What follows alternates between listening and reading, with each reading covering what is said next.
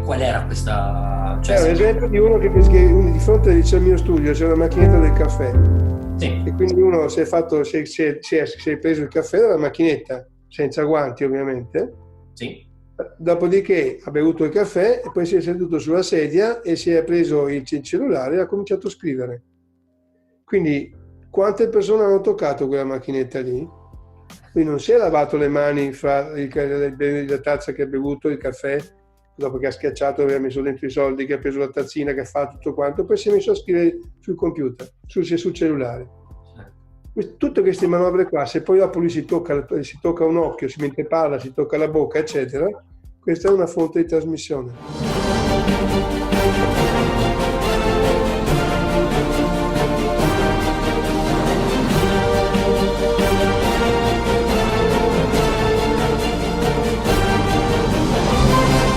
E un po' diciamo alla Marco Montemagno, iniziamo così questa intervista con la sigla fondamentalmente che viene dopo, l'avete già sentito, è un volto conosciuto, io lo ringrazio veramente per la pazienza e per la disponibilità, il dottor Carlo Pomari, responsabile dell'unità di pneumologia dell'ospedale Sacro Cuore di Negrar, che è già entrato chiaramente nel vivo. Buonasera a tutti. Buonasera dalla sua abitazione, io dalla mia, quindi è un'intervista sponsorizzata dagli attuali DPCM che, chiaro, hanno modificato le nostre vite. È un virus che la scienza conosceva già, perché stava nel suo mondo, stava nella natura, stava fra gli animali.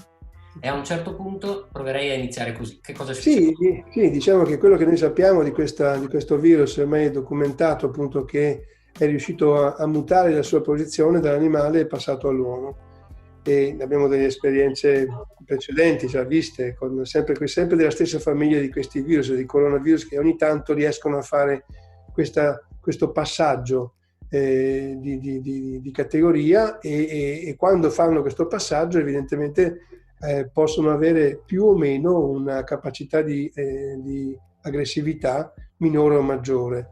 E quello che però è importante e che secondo me diciamo, deve giustificare il nostro impegno che ci viene reclamato tutti i giorni da tutte le varie personalità e soprattutto dalle autorità, che è quello di isolarci, di evitare il contagio. Perché? Perché purtroppo il virus, diciamo, per riuscire a sconfiggerlo, secondo me, dobbiamo farlo morire di fame. Cosa vuol dire? Se noi non gli offriamo l'opportunità di entrare nel nostro organismo, lui non riesce ad arrivare da noi. Quindi tutto ciò che noi facciamo in maniera inconsapevole come errori e che ci permette di commettere il contatto, cioè lui che è nell'ambiente esterno rispetto al nostro organismo, e farlo entrare in contatto con le nostre mucose e lui entra. Quindi se noi però riuscissimo a interrompere questo, noi riusciremo a evitare tutto quello che sta succedendo. Qual è il problema principale? Che questo richiede un sacrificio enorme. Oggi c'è ancora qualcuno che in questi giorni qua tenta di dire, di banalizzare e quasi dire non ce la facciamo più. È vero che questo crea una condizione sia economica sia sociale difficilissima, però più noi prolunghiamo questa agonia e più noi prolunghiamo il periodo in cui il virus riesce ad essere attivo. Questo è un grossissimo problema. C'è il vecchio concetto, diciamo, sanitario, no? del vecchio medico di famiglia generale che diceva che il medico pietoso fa la piaga puzzolente. Cosa vuol dire? Che più purtroppo prolunghi la cosa per cercare di per renderla indolore e più purtroppo la malattia continua ad andare avanti. Questo è e sarà sempre così. Basta guardare quello che sta succedendo, basta guardare i grafici, basta guardare cosa sta succedendo nei paesi che non hanno preso esempio da quello che è successo nella Cina e poi da quello che è successo noi in Italia. Ci hanno un po' così snobbato, no? Sembravamo essere noi quelli che esagerati, che temevamo il peggio solo perché magari poco organizzati. Basta guardare cosa succede in Europa e cosa succede in America. Cioè il virus dove trova spazio si attacca, quindi lui ha una progressione di tipo geometrico. Cosa vuol dire? Cioè lui entra e infetta e continua a infettare, quindi ci sono 3 numeri molto interessanti che dicevo mio amico e collega che sa gestire molto bene i numeri, è un epidemiologo, che dice appunto che l'OMS ha messo a disposizione 3 numeri, forse sono già diventati 4. Cioè 3 numeri vuol dire 67, 11 e 4. Cosa vuol dire? Vuol dire che ci ha messo 67 giorni per infettare 100.000 persone. Ne ha messi poi 11 giorni per infettare 200.000 persone e ha messo solo 4 giorni per infettarne 300.000 persone. Cioè quindi vuol dire che la progressione è esponenziale. Questo significa che il quarto numero sono 3 giorni, cioè 3 giorni per altri 100.000. Quindi ha una velocità di esplosione che è enorme. Ora, come possiamo, cioè uno dice, ma se sente questi numeri prende paura, no? Cioè in realtà la cosa strana è che sembra che quasi non prendiamo paura, perché giustamente noi abbiamo paura di stare in casa tutto il giorno, non ce la facciamo, abbiamo tutta una serie di paura giustamente dal punto di vista economico, dal punto di vista lavorativo, è sicuramente un problema grossissimo, ma questo non è in questo momento un nostro problema. Il problema sanitario è quello di dire attenzione, non abbassate la guardia, ma perché? Perché voi non siete abituati a gestire i gesti quotidiani. Cioè cosa vuol dire? Evitare che cosa? Di toccare o di avvicinarsi alle persone o di toccare cose dove il virus può essere presente, perché abbiamo dimostrato che lui è capace di stare nelle superfici, l'acciaio o la plastica, può rimanerci anche addirittura fino a 72 ore.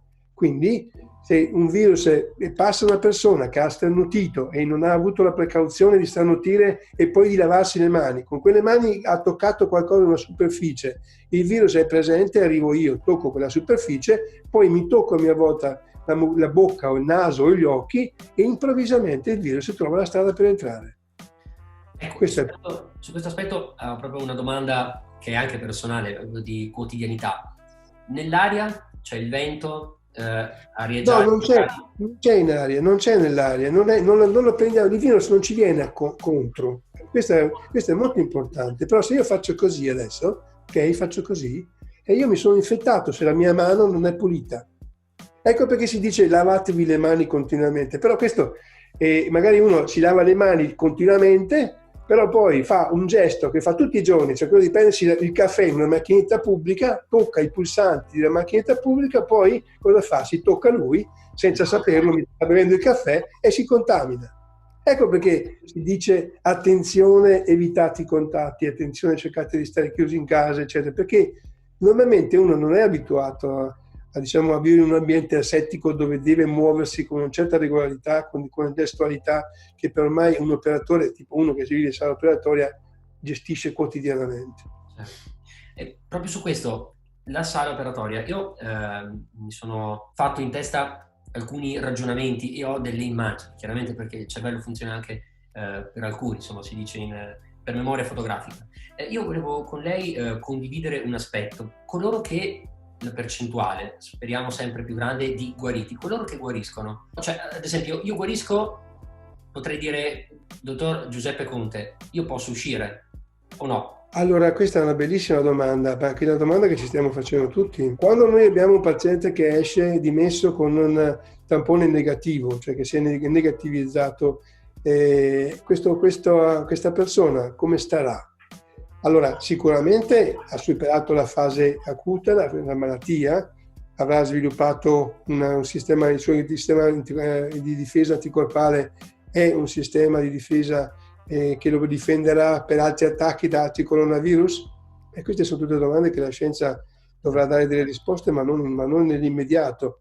Cioè noi non lo sappiamo, anche perché il tampone è molto sensibile e molto preciso, però la sensibilità intorno, cioè non è il 100%, perché se per caso io in quel momento ho fatto non ho proprio fatto bene la raccolta, posso avere un falso negativo, oppure che ci stiamo domandando su queste cose, perché sono tutte cose che viviamo e che impariamo continuamente. Ma quando io vado fuori, se rincontro un'altra volta, perché la pandemia non è finita, quindi quando io oggi esco e vado in contatto con altra gente che magari infetta, mi posso rinfettare, questa è una cosa che non sappiamo ancora.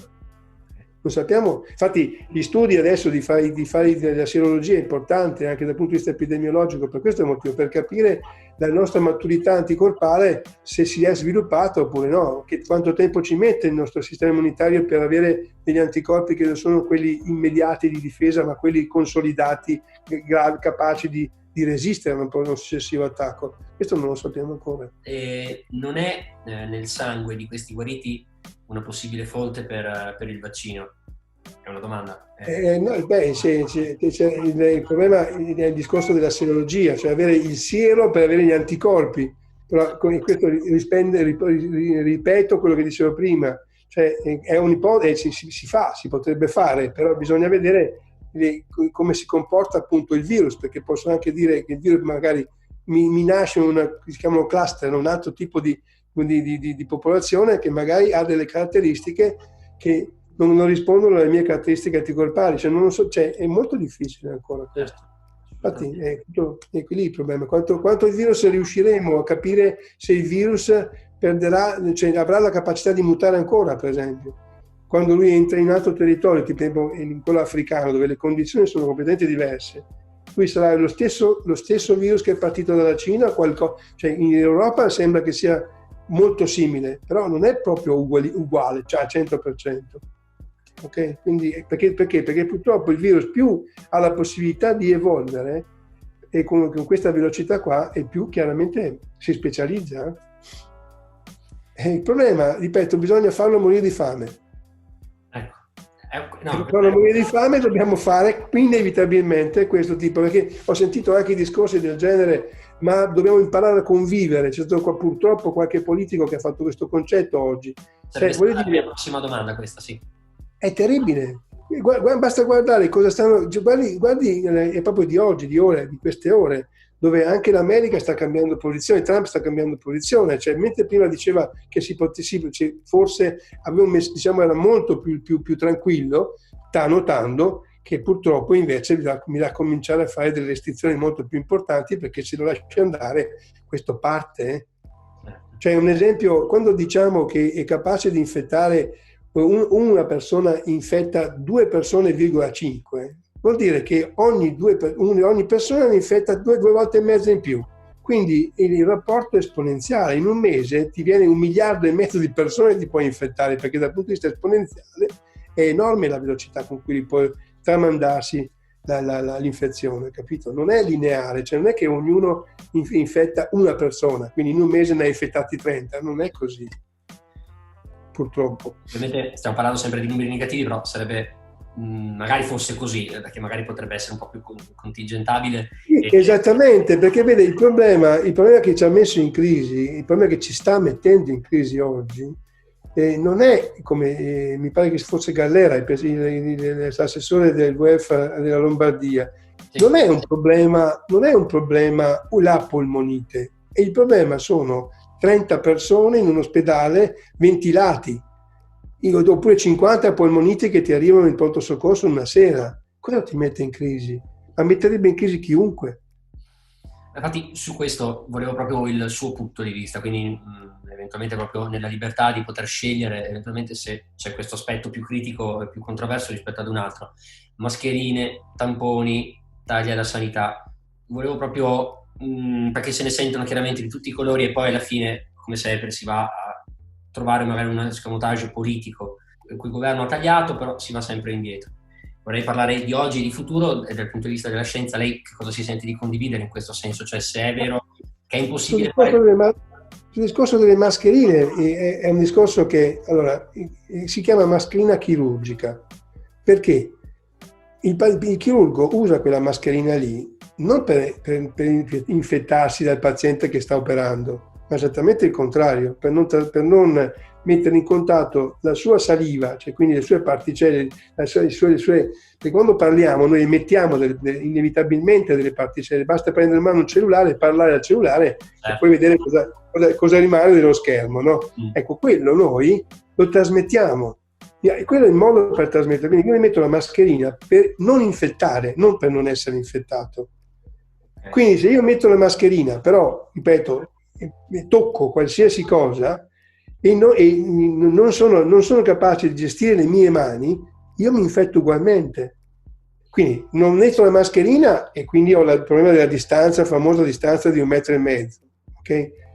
Ma soprattutto quando una volta io ho la maschera non sono a posto, perché l'altro veicolo sono le mani, capito? Questo è il problema. Quindi se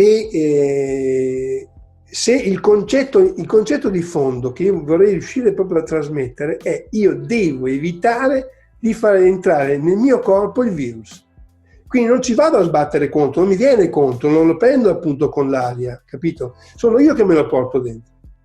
Quindi noi, se vogliamo essere, diciamo, fare anche un aspetto che direi proprio politico, non devo aspettare che mi vengano i militari a farmi uscire di casa. Sono io che devo capire che sono l'attore principale, il veicolo principale per il proseguimento della malattia.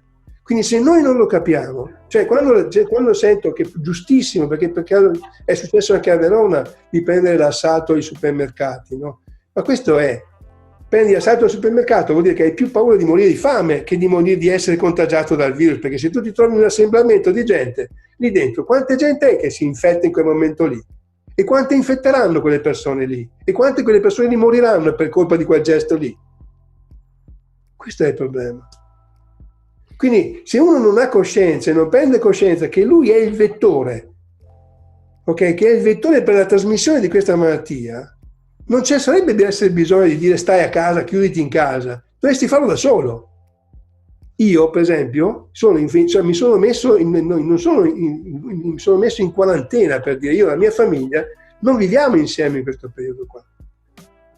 Ok? Perché? Perché io, se stando in ospedale, posso potenzialmente infettarmi, sono sano, sono benissimo, non ho nessun problema, sono sicuro di essere negativo, però per evitare qualsiasi pericolo io me ne sto da solo, perché in questo momento potenzialmente qualsiasi gesto involontario potrebbe creare una condizione pericolosa per la mia famiglia. Quindi, e questa è la cosa importante che tutti dovrebbero capire, nel momento in cui devono capire che tutti sono il vettore, il veicolo della trasmissione della malattia.